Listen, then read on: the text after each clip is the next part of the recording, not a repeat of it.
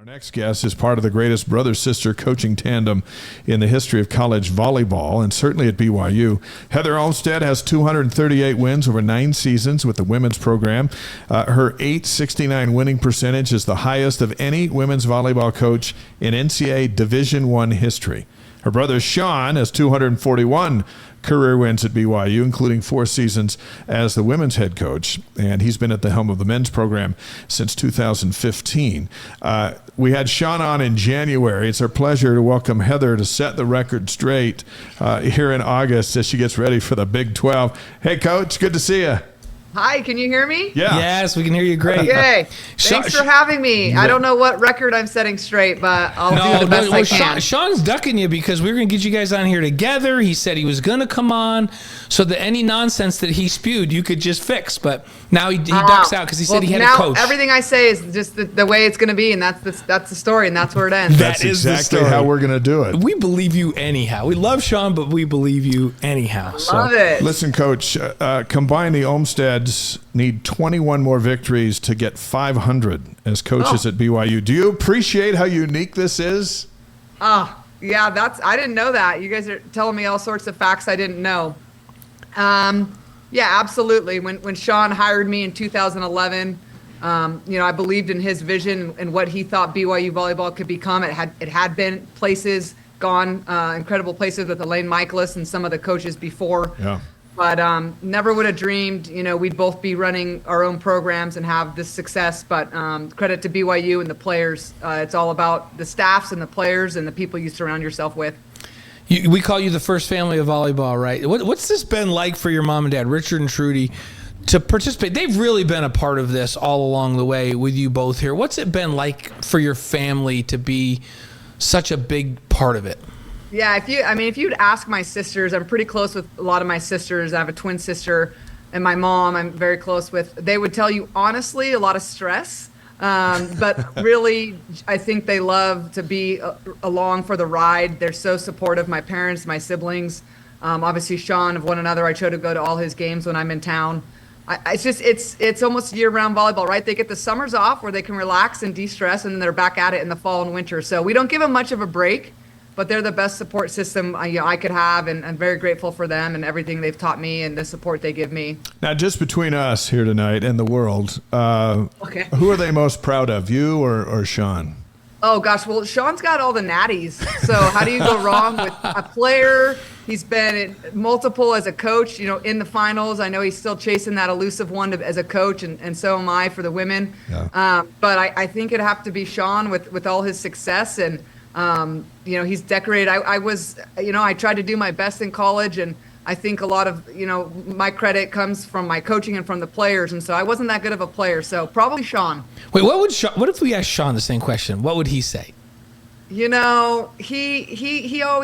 always given credit, to me when he needs to or wants to. He was so great when I was his assistant. He really built me up and gave me a lot of the confidence to be able to do this job. So hopefully he'd say himself. I don't know how you argue with actual national championship rings. I don't know. That does make it tough. Yeah. That does make it tough. The natties don't lie, right? The natties don't lie. It's not all about winning, for us. It's about, for me, how we're affecting these young women's lives. And together, him and I have affected quite a few. I just actually was I just met up with Alexa Gray, who played from 2012 to 15. And I cannot believe she's played pro for 10 years, and she said, wow. Heather, I got to leave because I'm going to go surprise Shawn at volleyball practice. So that might be where he is, by the way. Yeah. And so she went from visiting with me to go visiting with Shawn, and those relationships that you get to foster. And she's played 10 years. She's playing in Turkey next year. One of my favorite people, and that's what it's all about. It's not all about. And we lost in the finals with Alexa Gray. Shawn was the head coach, but it's about that relationship that 10 years later, we're still tight and will do anything for each other. Yeah, and it's interesting because she's gone on and played, and you have a number that have gone on and played and done great things. But you also have a bunch of women that come from this program, men that come through Shawn's program, that when they're done, they're kind of done. They're just as important, and you stay just as connected with those folks too, don't you? Yeah, absolutely. Just my favorite moments or days are when I get texts from players or calls. I just got notified McKenna Miller had her second baby. Kennedy Eschenberg, Redding Eschenberg had her second baby. And it's not it's not what it's all about. We've got players that have been, our nurses. Amy Boswell's a nurse in Texas, and just when you get text messages about life monumental moments that they want to share with you, whether it's family or career or successes, or even some of the sad moments, the trials and the struggles that they share with you. That's what it's all about. Those are my favorite days, when I get to connect with my former players. Because I think the players, when you're in it and you're coaching them, it's a grind, and they don't see big picture. And I think that's, it's rewarding down the road after you're in the grind with your players. BYU women's volleyball head coach Heather Olmstead is on the Wise Guys, presented by Brady Plus, largest integrated provider of cleaning, food service, and packaging supplies in the United States. Here's our last Shawn question. How have you and your 5 sisters managed to shape his life? Gosh, yeah, I guess that's a good question for him. But we just grew up in a really loving, hardworking, competitive family, and so. Gosh, he jokes that he's always been around women most of his life, coaching women's volleyball, and finally, got that chance to go coach men. So I'd like to think we prepared him, just for coaching, women, men, having his own girls. He's got a couple daughters of himself, and so just the ability to just communicate and have good family relationships is what it's all about. And so I don't know, you have to ask him. All I know is I've got 4 daughters and a boy, and there were times when I'd come home from work at night and they had still left a boy in his dress up clothes as a girl. They dressed him up in all of their clothes, and he didn't have much of a choice because he was the little guy. You didn't torment him that way, did you? We didn't do that. It was actually the opposite. Nicole, my twin, and I were trying to always hang out with him, and he was a little bit in the cowboy surfer jock group, like in Carpinteria, California, where we're from. It was a very small school. So we lived on the beach. We had the cowboys, the surfers, and then he started men's volleyball or boys volleyball at high school. So he was able to get that going in Carpinteria. So he had a lot of different interests, and we tried to tag along, and I think that's where, we just were able to compete with each other as siblings, and Shawn let us tag along and I found my love of country music hanging out with Shawn and some of his friends. And so, I think it was opposite. We just tried to tag along with him and keep up with him, and I think that kind of bred a little bit of greatness in me and my sisters. Yeah, well, I'm an only boy, so I have 3 sisters, and I have a screw loose because he's got a lot of screws. But I'm who I am. Like, I'm very unique because I grew up with only sisters, and it was I wouldn't do it any other way. So Shawn's lucky. I want to ask you, you both, you and Shawn, were really good athletes growing up. So you could have done a lot of things in your youth. And everybody's pulling, hey, come play this, come play that. What drew you both to volleyball? Why volleyball, and why not some other sport? Well, my dad played volleyball at Church College of Hawaii before it was BYU Hawaii, and he met my mom. And so he's played a lot of different sports, but we grew up with the volleyball in the home. We grew up on the beaches of Carpinteria, and that really was our first love. My first love was going to the beach with my dad and my siblings and peppering, just, you bump, set, spike it back and forth. And just got really good at playing sand and grew for a love of indoor. And I ventured a little bit in basketball, but volleyball, for some reason, just I connected with the competitive nature of volleyball. I love the two versus two, and then eventually the 6 versus 6. And so I think it's something we were just raised with, and they never forced it on us. We were able to try a lot of different sports, but volleyball stuck with 4 of us out of 7 played college volleyball. And so it's something we all connect with and that we can do together and have fun with and talk about and really just learned how to do hard things. And our dad was our coach different times for all of us at high school. And it was just really a neat thing for our family that we didn't know at the time was going to be into something this big as me and Shawn are coaching Division One volleyball. So had we known, I maybe would have paid attention a little bit more to my dad and coaching and all that. I didn't know I was going to be a coach. So I think there's still a lot for me to learn. If you think about volleyball and the impact on your life, not only your education, but your employment, but also the places that it's taken you to. What are some of the coolest places you've gone to because of that round volleyball? Oh, my gosh, that's unbelievable. Okay, we went on the trip of a lifetime last summer. We were able to take our BYU women's team to Egypt, Turkey, and Greece. So, wow, best trip I've ever been on. And kudos to BYU and just the supporters. We had some donors that helped make it happen. We went to China in 2016. We were able to play a lot of good volleyball out there and go to the Great Wall. That was incredible. I played professionally in Croatia, so I'm biased towards just Croatia and the land over there and the people. I've been back multiple times to Croatia, but I've been all over. I've been to Brazil and Argentina with Shawn in 2012. Love that. Been to Canada. I've been all over, and so hard to say, but I'll say the trip we took last year with our team as we headed into the Big 12, that was pretty powerful for us as we were about to do something and embark on something new, entering a new conference and kind of, leaving the West Coast, entering the Big 12. That was a big bonding trip for us this past summer, and to see different cultures and people and share the gospel in different ways was really cool. I felt like, did I remember you guys riding camels? Oh yeah. The whole thing. And the pyramids, how were they? Were they cool?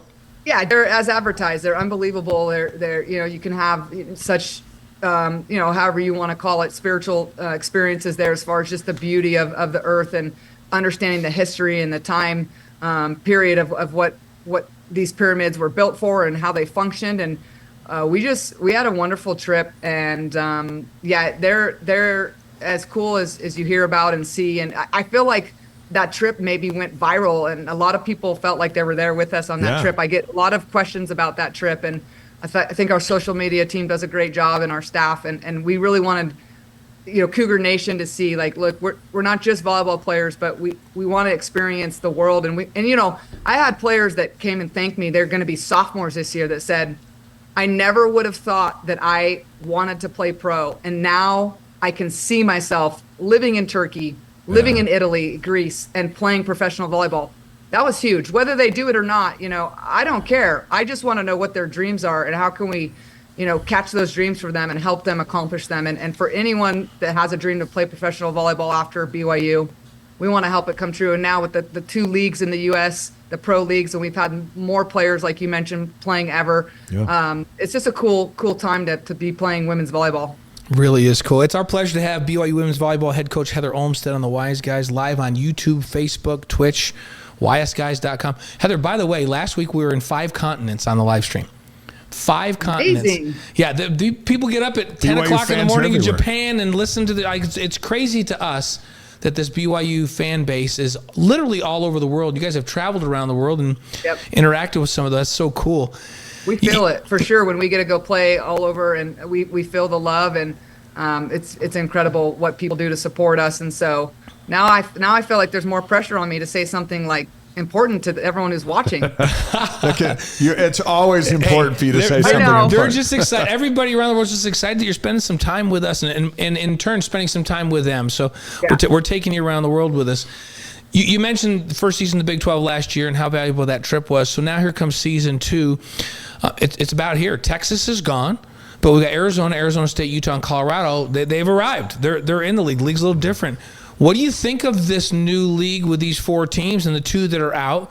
Your conference openers against Colorado on September 26th. So kind of give us a vibe on how this league is going to be with those that have left and the ones coming in. Just when we thought, we knew we didn't know everything, but we got comfortable. 1 year in the Big 12, everything changes, and boom, you only have like 6 or 7 initial teams in the Big 12 that you thought you were going to have with this historic, conference that, got national champ. Texas has won a couple national championships, and now they're gone, and they were great to play last year. But, we'll play anytime, anywhere, any place, and so it's exciting. But again, we thought we had a little bit of the lay of the land, and then boom, you're hit with 4 new teams. Luckily, they're close. They're a little bit easier travel. Our fans understand more of the history. Obviously, playing Utah twice back in the olden days, and in the Mountain West, we used to play twice. So that's going to be new and exciting again to play home and away. But it's exciting for the conference, and we're just grateful to be a part of it. And we'll do the best we can with the new cities and the new places. We're just hitting up some of the schools we didn't get last year. So we've never been to Iowa State, we've never been to Kansas, we've still never been to Texas Tech, and some of those schools are returning back to us, and we won't go to them this year. So it's a little funky with the schedule, but we're excited for who is coming to the Smith Fieldhouse, and we're excited to go on the road. Season begins August 30th at the Fieldhouse. Non-conference slate includes Georgia Tech, San Diego from the WCC, and Oregon. What intrigues you about about this schedule? You know, we got outside of conference play because you're a couple of weeks away from battle. Yeah, I think I'm excited about non-conference, just the opportunity we have to test ourselves before we get there with some really good teams. We're going back to San Diego, you know, our conference foe. I love Jen, what she's doing there, and play a Big Ten team in Oregon, and then local teams that are doing a great job. But I think it's just interesting playing the 4 teams twice, what that's going to look like, the Arizona State, Colorado, Utah series, and then everyone else once. I think, again, going places we haven't been, Iowa State and Kansas, those are new crowds. What we learned last year was every gym is rocking in the Big 12. It was what we get at the Smith Fieldhouse is what we get on the road. It was unbelievable. The matches were sold out. The bands were there. The road games in the Big 12 were really fun, and our team learned really quickly that we needed to be on our A game. And, you know, we learned a lot about ourselves, and I think that's going to serve us well this year because we're not going to be caught off guard with some of the environments and some of the, I won't even say hostile, just the competitive nature of the Big 12 and how competitive every team is. You cannot take a night off. We went 5 with Texas Tech last year at home and then swept them the next night in 3. You won't play those back-to-backs anymore, so that'll be nice. We'll have some rest and recovery in between matches, but I think the schedule intrigues me and just the competition, and you know, the preseason poll is going to come out here, I think tomorrow or the next day, and I think it's exciting. We like the role of underdog if that's how it comes out. We want to be, you know, we don't want to have high expectations for ourselves. It's just to come in every day, work hard, and see how good we can get by December, and let our play speak for itself. Those days of going into Pacific and Santa Clara and where your fans still outnumbered their fans compared to what you just described. No. I know you loved always having the support on the road, but isn't it so much more fun to go into Lubbock? You know, it wasn't so fun, some of those matches where we lost. So I hear what you're saying. Didn't lose very many.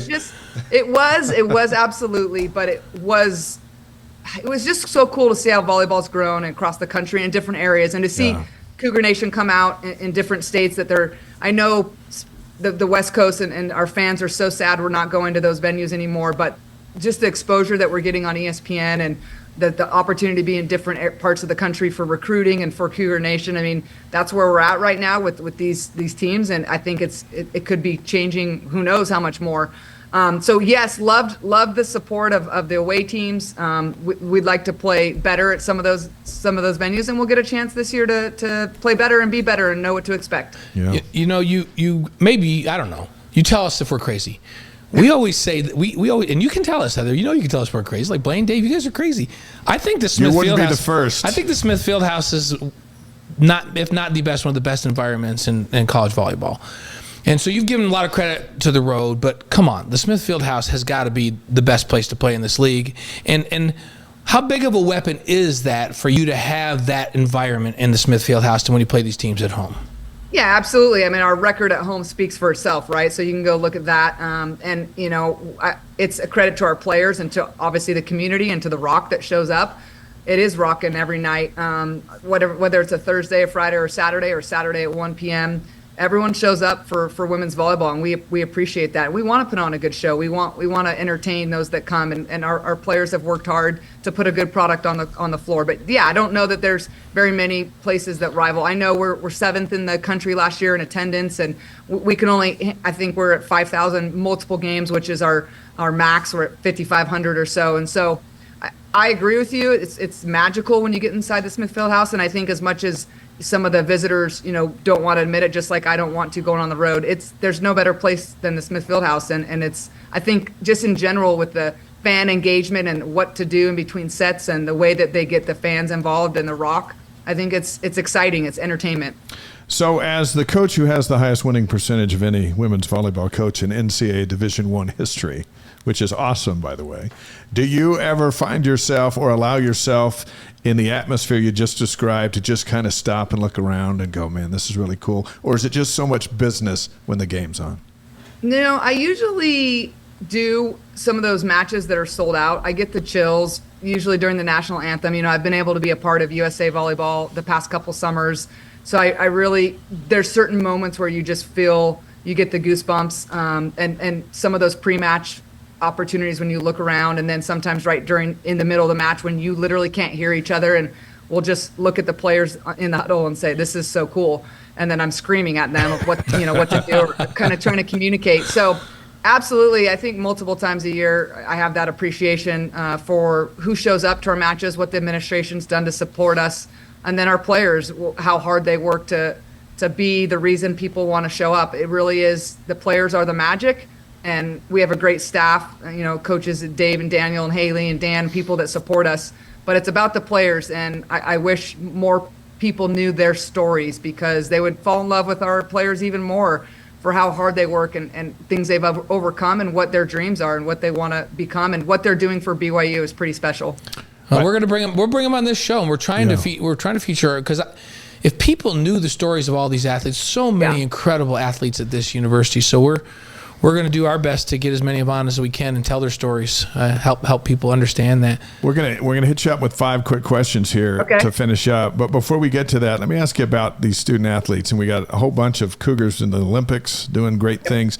But as you've been at BYU for a while now, and you look across the board at all these sports, is the level of the student athlete just so much more than it used to be? And it was great back then, but look at all your sports and all your colleagues. Everyone's winning.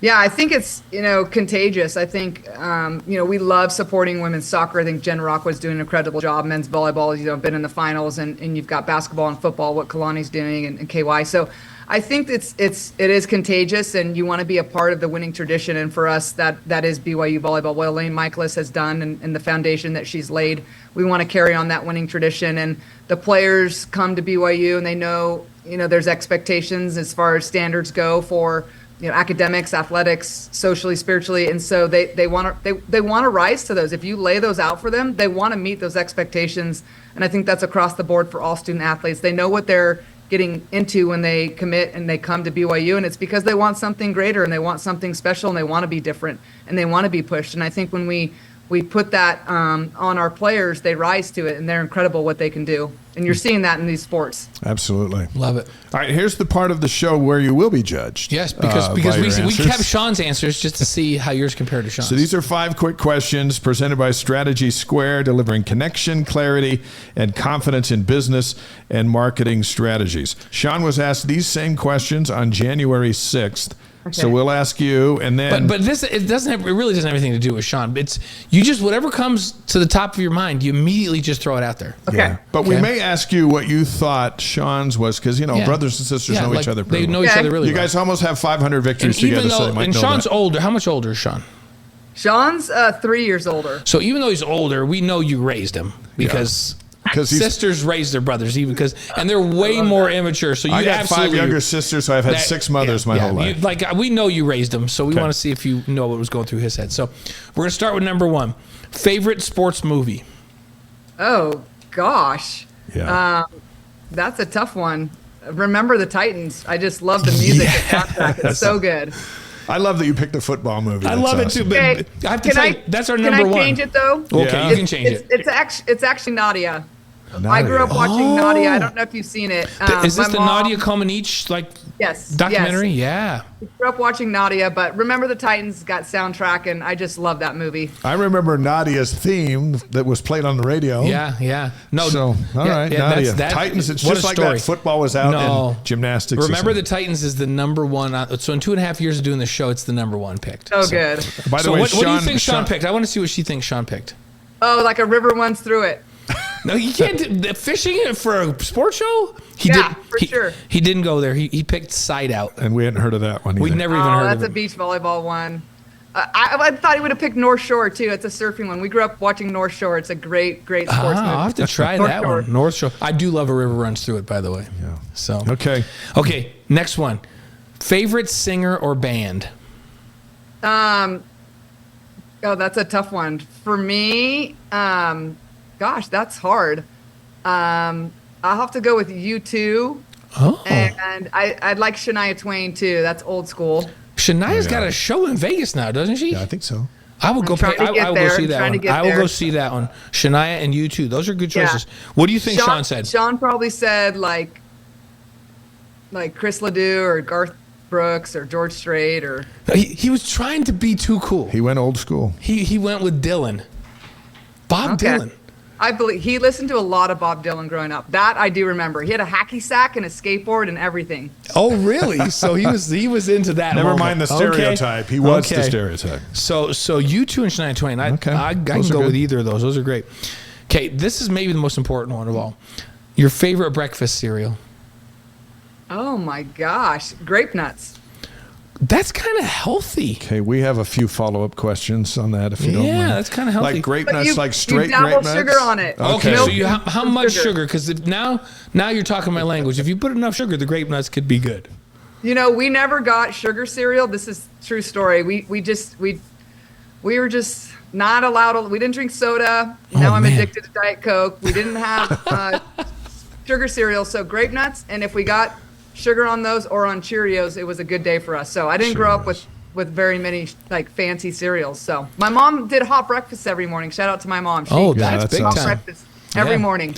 Our parents went with sugar-coated cereals on Saturday morning, and if we didn't get up in time, we didn't get them because they were gone, and it was really a ploy just to get us up so we could mow the lawn and do all that other stuff. So they had us figured out. All I know is I used to come home from school every day, get a bowl of Captain Crunch with Crunch Berries or some sugar cereal, and watch cartoons for a little while before I had to go to practice. So love that. Shaped your life. So Shawn picked Cinnamon Toast Crunch, by the way.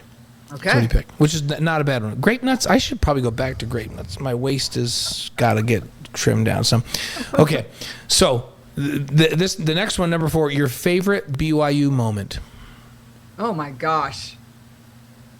You guys are asking questions nobody ever asks me. That's because we're the wise guys, Coach. But we're very wise. Nobody prepared me for this rapid fire, so I apologize. We just want you to think right off the top of your head. I'll have to say there's a ton. So, but I'll go immediately with beating Texas to get to the finals to play Penn State in 2014 with Shawn. Oh, that was pretty incredible. Yep. That's Shawn said beating Long Beach State for the national title, but beating Texas in the national semifinal was also like he had those as right there, 1A and 1B. Yeah, I mean, there's been so many moments. Beating Stanford, #1 team in the country, in 2018, getting the #1 seed.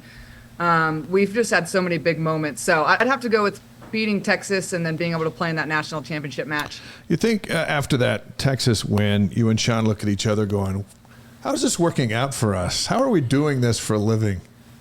It was incredible because, again, he had the vision. He knew we had the student athletes to do it, and to do it in 4 years' time after just taking over in 11, credit to him and his vision. And it happened pretty fast, and it was awesome.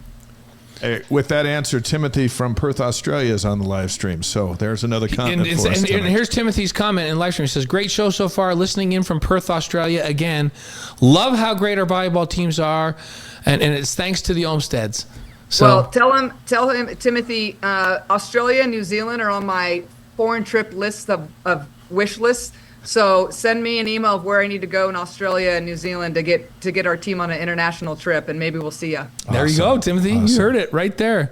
So that's great. We always love having Australia in the house. We have Japan in the house, Australia in the house. We typically have Singapore in the house. Colombia in South America is usually in the house with us, and then all over the United States and Mexico and Canada, all over North America. When you were overseas in Egypt and all that last summer, did you ever go somewhere where there wasn't a BYU fan in some form? No. No, never. We had a great crowd when we played the Egyptian national team. We had professors that are over there working. We had students that are over there.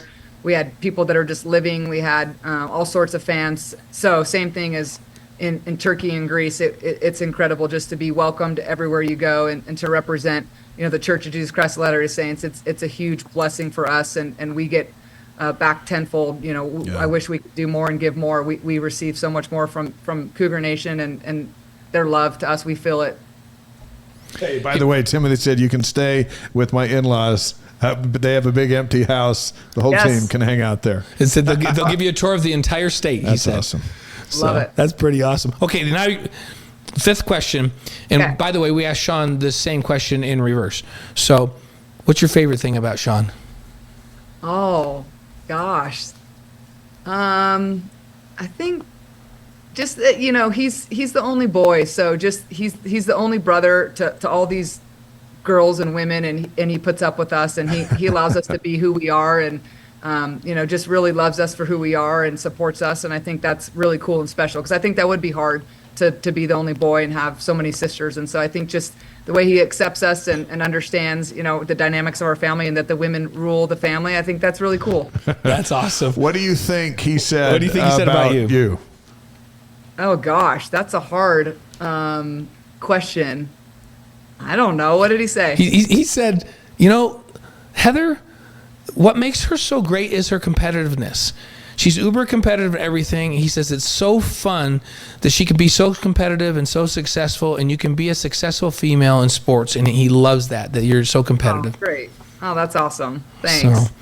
So there you go. Those 5 questions. By the way, Lynn on the live stream wanted to know if you have decided on a setter and a libero yet for the coming season. Show up this fall and find out, I guess, right? We like need some fans in the stand. And so, those things work themselves out. And I think everyone has an opportunity to get on the court for us when they're on our team. And we're excited to see who's going to show up this year and who's going to rise up and carry our team. See, now Kalani's not the only one who gets a question of who's your starting quarterback. Who's this? Who's that? So, and by the way, Heather, I'm there a lot. You don't notice as much because you don't know me. I know Shawn better, so Shawn and I, we always talk when I'm there. But I sit right on the baseline with Bruce Nilsson. Okay. And so we're always right behind the other team. He usually has his shirt off. Yeah. No, I do not have my shirt off because I can't have people seeing my 12-pack. But okay. But, no. Okay. So we sit there, and my favorite part about the games are listening to Bruce Nilsson just spew nonsense to the other team's servers, and it's like. It's not mean, but like he just says stuff that makes you go, huh? Like what? And sometimes the servers are there and they they actually turn around and they look at him like, what did he just say? I just shrug. I don't even know. I don't even know where that came from. So it's not nasty. It's not mean spirited. I think he sits at home all week and he thinks of bizarre things to say to them, and then he says it over and over again. He's like, oh my gosh, like look at the net. It looks like it's 12 feet up there right now. I can't even. Why does that net look like it's 12 feet up there? Or he says stuff like, hey, the guy in the opposite row, look at the guy with the mustache and the red hat on. That guy with the red, you can't not focus on him. You're going to serve the ball right to him. It's going to be long. And they turn around and they look at him like, will you stop? Please leave. Talking to me. And I love it. Because just kill him with kindness. I love it. You're respectful, you're kind, but we're annoying. It's annoying. I love it. He is unbelievably respectful and kind and unbelievably annoying, and I just can't wait to hear what he says next. And it's part of the fabric of that crowd, that home crowd at the Smith Fieldhouse. So awesome. We're right there on the baseline, cheering the girls on all the time, Heather. I'll have to say hi. Yeah, we'll be there for you. I will. We'll get you some BYU women's volleyball gear. There we go. And you want to know what? Gear. I will wear it proudly. So hey, you guys send over your sizes. We'll get you some stuff. Awesome. Shoot me an email. We're proud of all you accomplish, and we're looking forward to seeing the new team, as is everybody on campus and throughout Cougar Nation. Congratulations again. You can get to 500 without even Shawn showing up with a team in January, so you can get that done ahead of him. But what a tandem and what a family, and we admire you. Thank you for being on tonight. Thanks so much, Heather. Thank you so much for having me. I appreciate it. Okay, we'll see you in the gym. All right, sounds good. That's Heather Olmstead, the women's head volleyball coach. And I'm going to say it again because I think it's amazing. Her winning percentage is .869. That's the highest of any women's volleyball coach in Division One, NCAA Division One history. That's it. No one wins more than her. No.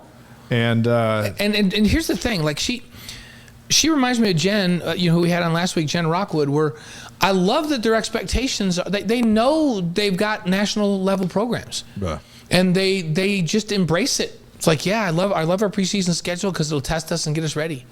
And she expects to compete. She expects to compete for a Big 12 championship every year. That's why they go out there. So really, really fun to have Heather on.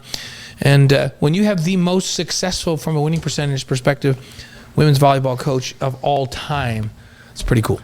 Yeah.